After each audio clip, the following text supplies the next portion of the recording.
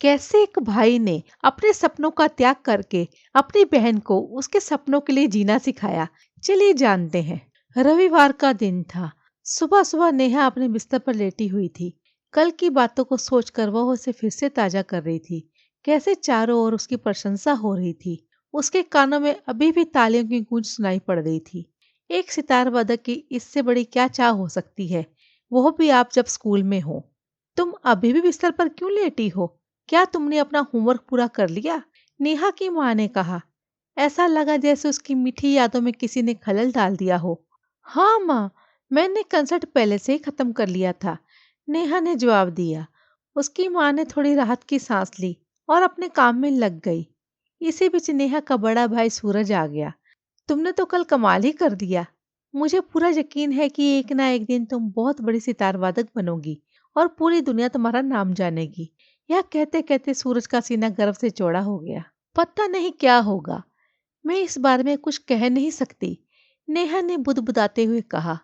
माँ चाहती है कि मैं अपनी पढ़ाई पर फोकस करूं, क्योंकि परीक्षा भी काफी नजदीक है। मुझे मुश्किल से प्रैक्टिस के लिए समय मिल पाता है। तुम जो कह रहे हो उसके लिए काफी प्रैक्टिस की जरूरत पड़ती है।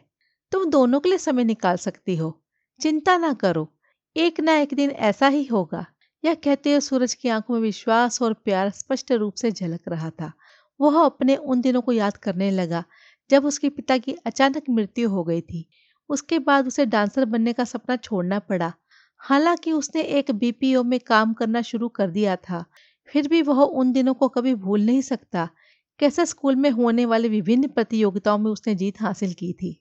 कुछ महीनों के बाद जब एग्जाम के रिजल्ट आए तो नेहा के चेहरे पर मिली जुली खुशी देखने को मिली। वो इस बात से खुश थी कि उसने एग्जाम में अच्छा प्रदर्शन किया है, लेकिन वह यह भी जानती थी कि उसे अब कॉलेज जाना पड़ेगा। दिन ब दिन नैना को लग रहा था जैसे उसके सपने अब उससे बहुत दूर होते जा रहे हैं। जब एग्जाम में बेहतर ग्रेड आने की जानकारी सूरज को मिली तो उसने नेहा को बधाई देते हुए कहा, मैं पहले से ही जानता था तुम एग्जाम में बहुत अच्छा करोगी। थैंक्स भाई, लेकिन अब मुझे लग रहा है कि अपने सपनों को अलविदा कहने का समय आ गया है, क्योंकि पढ़ाई को और अधिक गंभीरता से लेने की जरूरत है, नेहा ने निराश होकर कहा। हाँ तो ठीक है, तुम एक अच्छे कॉलेज में जाओ और खूब पढ़ाई करो, लेकिन सितार भी बजाओ, सूरज ने कहा। आओ मैं तुम्हें कुछ दिखाना चाहता हूँ।